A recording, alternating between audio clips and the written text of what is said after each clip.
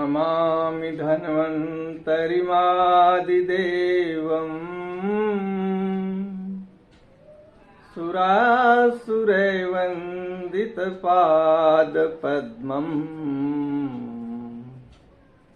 लोके जरारुभयमेर्तुनासम् दातारमीशं विविधौषधीनाम्।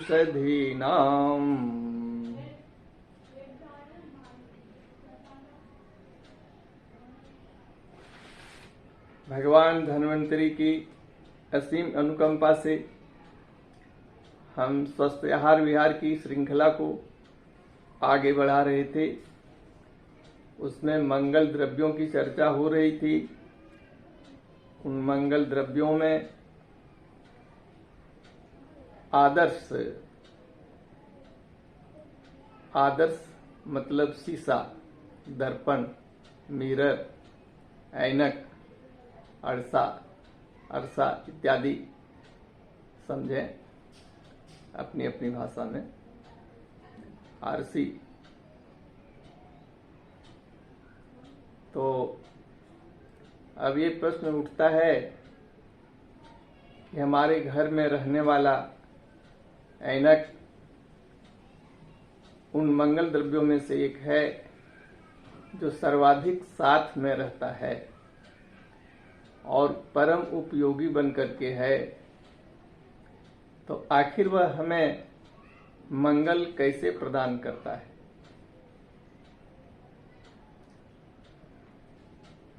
हम समझेंगे आदर्श का अर्थ क्या होता है। देखना, दर्शन कराना, जो समस्त रूप से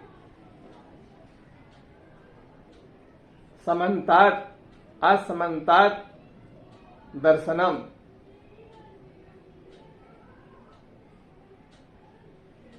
तो असमन्तात् मतलब संपूर्ण रूप से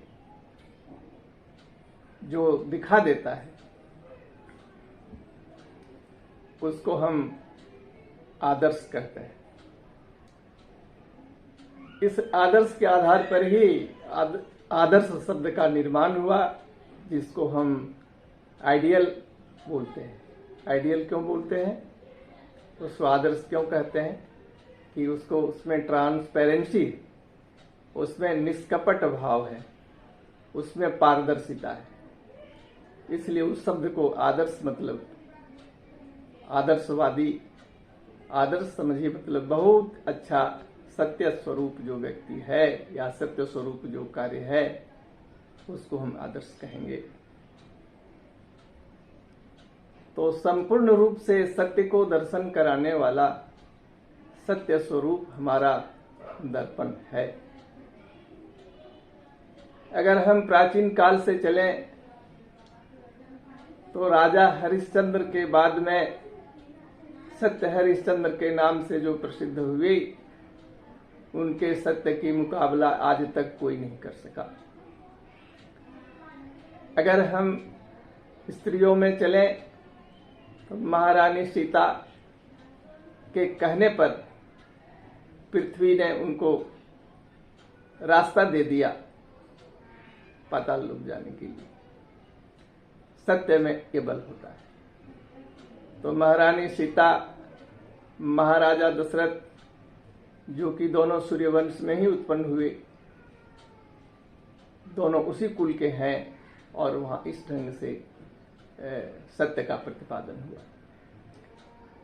इसके बीच में एक बहुत बड़े अंतराल में ऐसा नहीं है कि कोई सत्यवादी नहीं हुआ होगा या चर्चाएं नहीं होगी, कथाएं नहीं होगी।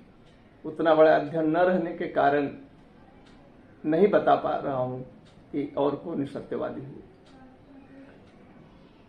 लेकिन उसके बाद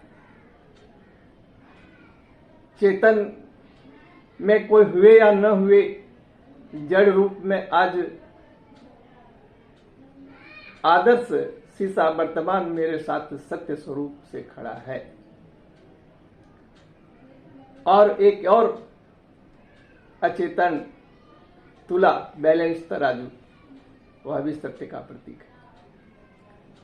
तो जो सत्य का प्रतीक है और हमको ये दोनों मुख होकर के हमें कुछ बताते हैं, हमें सत्य के मार्ग को दिखाते हैं, सत्य को प्रशस्त करते हैं। सत्य के बारे में और पहले भी बोल चुका हूं। तो यह सत्य स्वरूप जो दर्पण है, इसके बारे में कितनी प्रशंसा की जाए,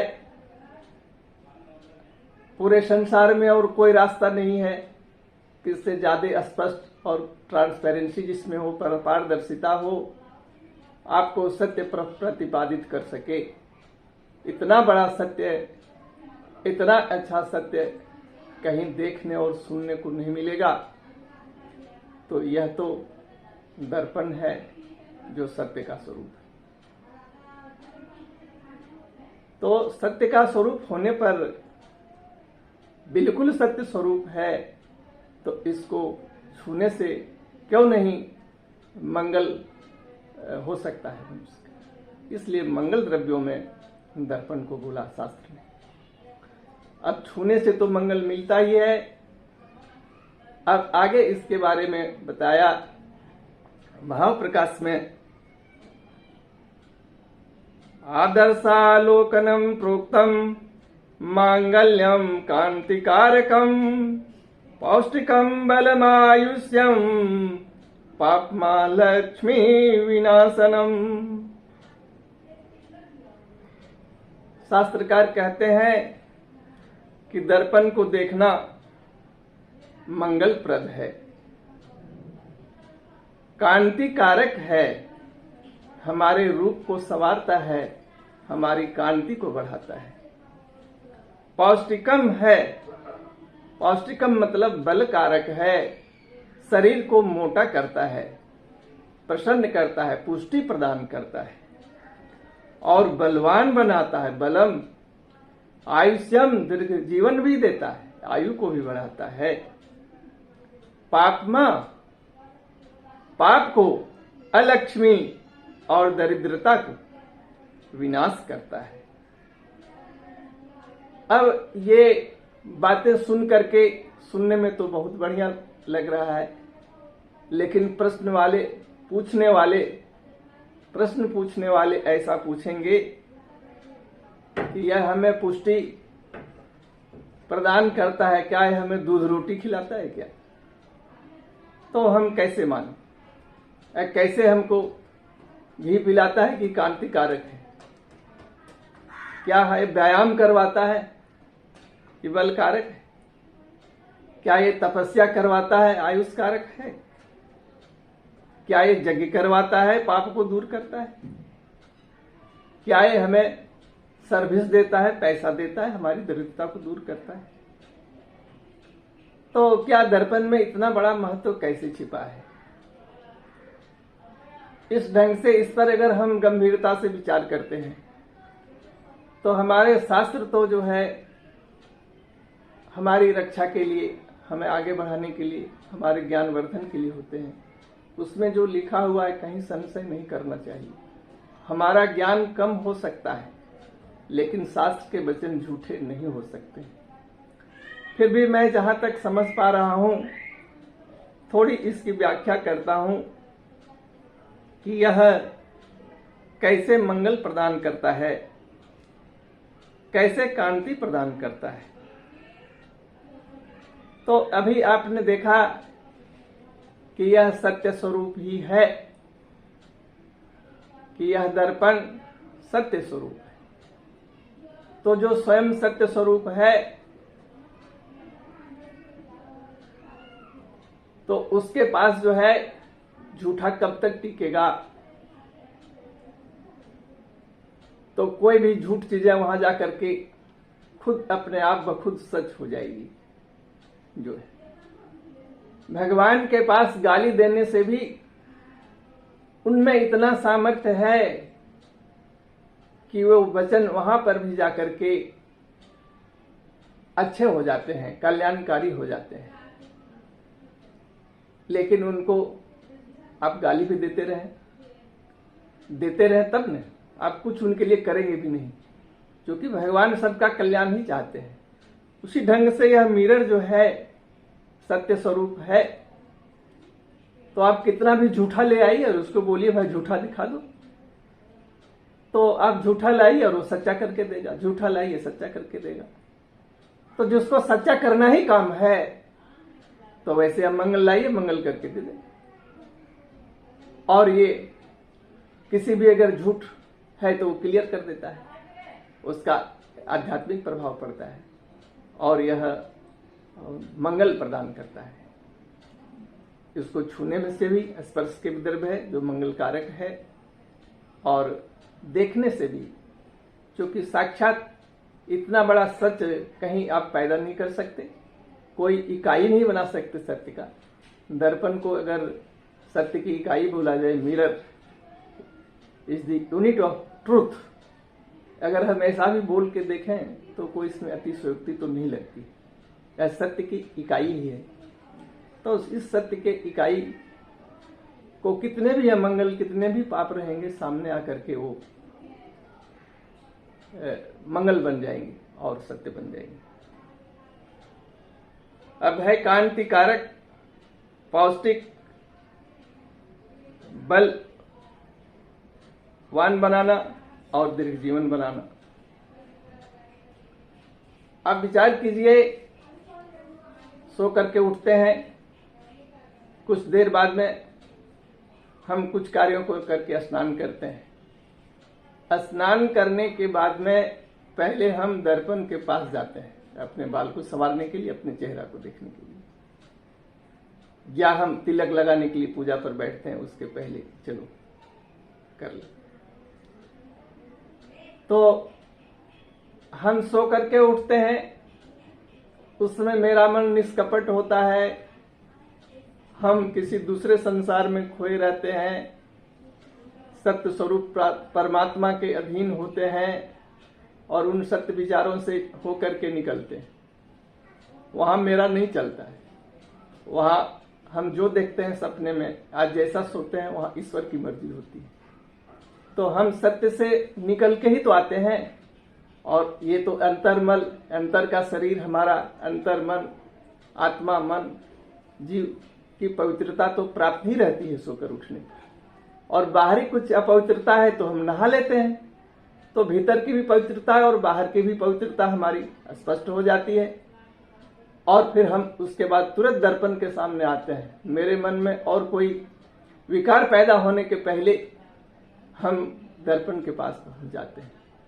तो जब हम दर्पण के पास पहुंचते हैं, उस समय हम अंदर और बाहर दोनों तरीके से निर्विकार होते हैं। और जब हम दोनों तरीके से निर्विकार होते हैं, तो यह शरीर तो आनंदमय है। शिवोहम शिवोहम का विचार जो है शंकराचार्य ने अद्वैतवाद से बोला है। तो आप बताइए कि हमारा वह जो क्षण है वो 24 घंटे में कितना महत्वपूर्ण है, जहां पर कि कोई कपट नहीं है भीतर में, और न तो बाहर शरीर में कोई मैल बना हुआ है। उस परिस्थिति में क्या होता है कि जब हम दर्पण देखते हैं तो प्रसन्नता होती है, स्वयं होती है, अपने आप होती है, अपने आप स्फुरन होता है भीतर से, हमें प्रसन्न भी लगता है, हम प्रफुल्लित होते हैं। और जब प्रफुल्लित होते हैं तो शरीर में एकाएक ओज का निर्माण होता है। जब एकाएक ओज का निर्माण होता है तो क्या करता है ओज? रसादीनां सुक्रांतानां धातूनां यद परम तेजः तत् खलु ओजः तदेव श्लेष्मा तदेव बलमुच्यते। शरीर में हम जो भी खाते पीते हैं उसका अंतिम परिणाम शुक्र बनता है, और शुक्र बनने के बाद में शुक्र बनते रहता है। बनते रहने से जैसे आदमी रोज खाना खाते रहता है अच्छी चीज खाते रहने से उसकी हाइट नहीं बढ़ती, उसकी लंबाई चौड़ाई कुछ नहीं, ऐसे स्वस्थ रहता है, वो वहीं तक स्थिर रहता है। तब क्या होता है कि वह शुक्र जो है शरीर में ओज का निर्माण करता है रुक करके, और ओज का निर्माण करता है और उससे शरीर में सुंदरता आती है, शरीर में तेज आता है और शरीर में बल उत्पन्न होता है। तो यहाँ जो बोला कि दर्पण को देखना कांतिकारक है, मांगल्य है और कांतिकारक है। कांति मतलब सुंदरता, उसके शरीर से प्रकाश निकलना चेहरा से। जिसके शरीर में जितना अधिक ओज होगा उसके मुखड़े से, उसके मुख के अगल बगल से, पूरे चेहरे से कुछ प्रकाश जैसी किरणें निकलती हैं, जिसको हम कांति बोलते हैं। तो वह कांति, ये जो शुक्र धातु है, शुक्र धातु के बाद जब ओज बनता है तो उससे शरीर में जितनी अधिक कांति रहेगी उतना ही मनुष्य सुंदर दिखेगा। अब दर्पण के पास जब हम खड़ा होते हैं तो मन में प्रसन्नता होती है, और हम बता ही रहे हैं कि निर्विकार होने से उस समय मन प्रफुल्लित हो जाता है और वहां खड़ा होने से ओज का निर्माण होता है। और जब ओज का निर्माण होगा तो शरीर सुंदर होने लगेगा, शरीर और मुखड़े में सुंदरता आएगी, क्योंकि ओज का निर्माण उस क्षण हो जाता है। और जब ओज का निर्माण हो जाता है तो जिसके पास करोड़ों रुपया है उसको हजार की गिनती नहीं करना है। ठीक उसी ढंग से जब ओज का निर्माण करता है तो पुष्टि के लिए दूध रोटी खाने की जरूरत नहीं है, बिना दूध रोटी खाए ही पुष्टि हो जाती है। अब बोले ऐसा क्या भाई?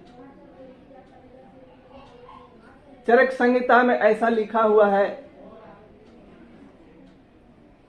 अचिंतनम च कार्याणाम ध्रुवम संतर्पणेन च नरो वाराह इव पुष्यति।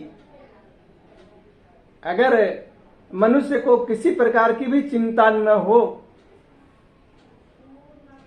तो वो मोटा हो सकता है। कहा कैसे? वाराह इव, शुकर के समान। जो आदमी निश्चित और निश्चिंत होता है, आराम करता है, आराम से रहता है, आराम से सोता है, तो उसका यूं ही अपने आप जो है सो चिंता नहीं रहने से आदमी कुछ अपने आप भी पुष्टि होने लगती है, मोटापा बढ़ने लगता है, मोटापा का रोग पैदा हो जाता है, आदमी कोई चिंता न करता है। तो इस ढंग से जो स्वरूप है दर्पण के सामने अपना, कि जब उस समय प्रसन्नता होती है और कोई चिंता नहीं रहती है तो शरीर पुष्ट होएगा। उसके बाद बल, ओज के पहले बल ही आता है। तो जब ओज का निर्माण हो गया तो बल का निर्माण हो गया, तो शरीर पुष्टि हो गई। चाहे आदमी व्यायाम करे या न करे, बल को बढ़ाने के लिए वह बलवान भी हो जाता है, क्योंकि ओज तभी बनता है जब शरीर में बल आता है जो है। तो ओज का एकाएक निर्माण होने से बल पहले निर्मित हो जाता है। और जिसके शरीर में जब तक ओज रहता है तब तक उसकी मृत्यु नहीं होती। ओज जितना अधिक रहेगा आदमी की आयु उतना ही ज्यादा वह दीर्घायु होता है। वो ओज पर ही निर्भर करता है जो है। जिसके शरीर में जो ओजवान होता है, ओज छीन होने पर ही आदमी की मृत्यु होती है। तो ओज दीर्घायु मनुष्य को बनाता है, दीर्घायुत्व का जो है सो पोषण करता है, आयु को बढ़ा देता है। उसके बाद जो है पापमा, पापमा मतलब पाप। तो पाप को अगर हम पाप की चर्चा करें, अब आप देखिए कि नहा धो करके स्नान करके आप दर्पण के सामने खड़ा होते हैं, और दर्पण के सामने खड़ा होते हैं तो आप क्या देखते हैं? अपने स्वरूप को देखते हैं। और अपने स्वरूप को कैसे? उस सुंदर स्वरूप को जो निर्विकार है। अभी अभी आप निर्विकार हैं, नहा धो करके गए हैं दर्पण के सामने, तो जो निर्विकार है अद्वैत, वह तो आनंद स्वरूप है। अद्वैत का मतलब है कि शंकराचार्य ने बोला ईश्वर और ब्रह्म में और मनुष्य में जो है भेद नहीं है, अद्वैत है, हम दोनों एक हैं, हम ही शिव हैं, शिवोहम शिवोहम।